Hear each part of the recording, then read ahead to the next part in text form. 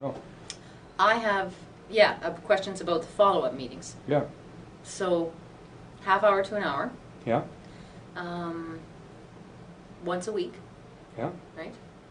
Okay. And do you have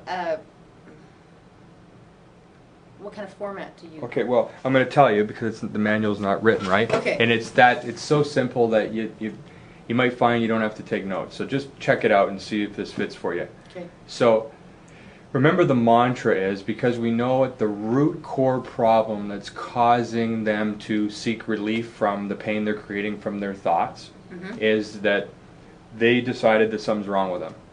And so something is wrong is the viewpoint that they see the world. Something's wrong with them, and if something's not wrong with them, then they're seeing what's wrong in someone else. It's like something's wrong, something's wrong, something's wrong. And that's kind of like the root cause of their bad feelings, that they're always asking the question, what's wrong, what's wrong? And they come up with answers that make them feel bad, and they're constantly feeling bad. And then so they're trying to escape these bad feelings that they created. And so that's like that's the root cause. And so the fundamental kind of mantra in your job in the program is that something's right. And what's right, and to just acknowledge what's right. So what happens when they get together as a group, what you give them an opportunity to acknowledge the truth on how if they kept the commitments they made so far. So you're meeting on Monday. Today's Thursday or Wednesday? Wednesday. Wednesday. Okay, so that's a long ways away. So first thing you want to deal with is their apologies, because that's the one promise they made today. Right. And oftentimes, like, it's a big deal. You know, sometimes really big stuff happens. Sometimes it doesn't, but sometimes it does. And it's like you really want to give them the opportunity to share. So what you do is you go like this. Okay, if you apologize to the person you said you were going to apologize to that day, because that was the promise, Right. would you raise your hands to be acknowledged? Okay, thank you. Now, if you didn't do what you said you're going to do by when you were going to say you're going to do it, would you raise your hands? And then you say thank you, right? Like with the same kind of like, it's like weird, holy smokes. We seem to be appreciated just as much as them, you know, thanks for being honest. And like, that's it, right? And then you say, okay, those of you who did actually apologize to who you said you were going to do, who'd like to share how that went? And so you give them an opportunity to share what it was like. And what you want to do is not hear the other. So, and you say that Scott told me this is how it works, right? Right. So that you're not the bad person. Just say the reason why we're doing it this way, talking about being real and authentic, right? Is that, see, it's okay not to keep your promises. There's no problem with that.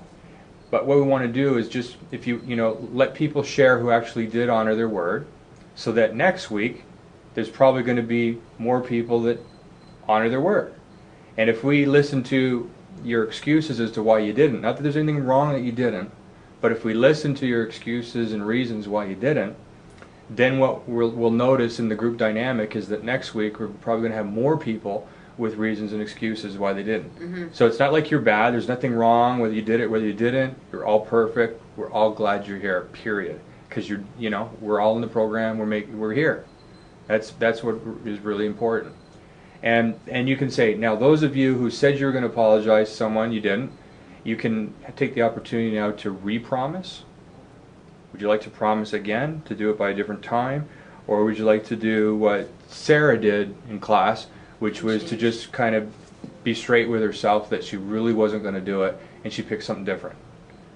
And then, let them do that. Okay. And then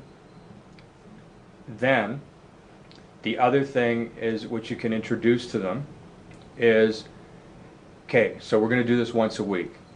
Now, those of you that did apologize to someone, you now have an opportunity to either apologize to someone else and make it right. You know how to do that now.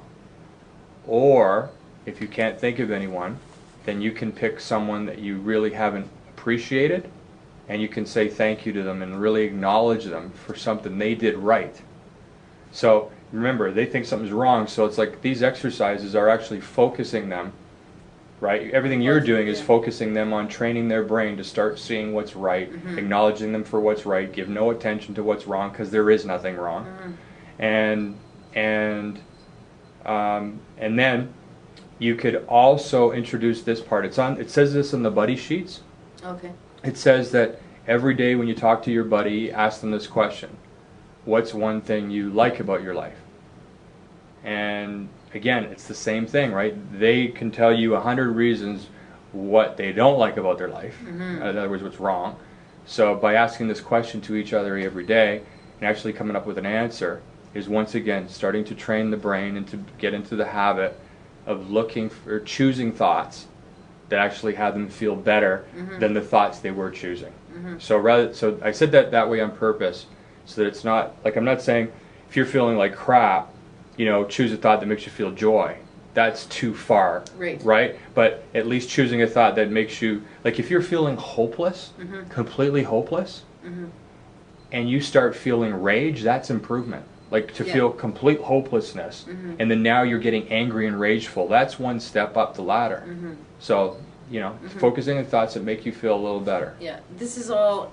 It sounds so. It's a cross between cognitive behavioral therapy, I've heard that before. the strengths perspective in social work, and solution focused therapy, which are all things that I use.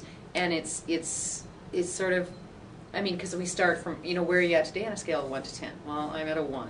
Okay, what would it take you to get to a 2? If they can't get to a 2, you say, well, what would it take to get you to a 1.5? You don't go from 1 to 10. You go realistic. What's realistic? And then always strengths perspective in social work is always focused on the strengths. Yeah, we all screw up, but what's one good thing about you today, or about the world today, or about your life today? So that's the second time, because I've never been trained in any of that stuff, but Mm-hmm. that's the second person that said cognitive therapy. Yeah, like wow. Well, because all I that, train in that. you can say, see, now you can just say you have, because that's what you do. Because cognitive behavioral therapy is basically based on thoughts, changing your thought patterns, and it's used lots for depression, and well, I guess addictions as well, but that's what your focus is. But it's about how your thoughts create your feelings, and that creates your actions. So it's just changing your thought pattern and making it more positive, instead of something wrong, something right. So, interesting. Yeah.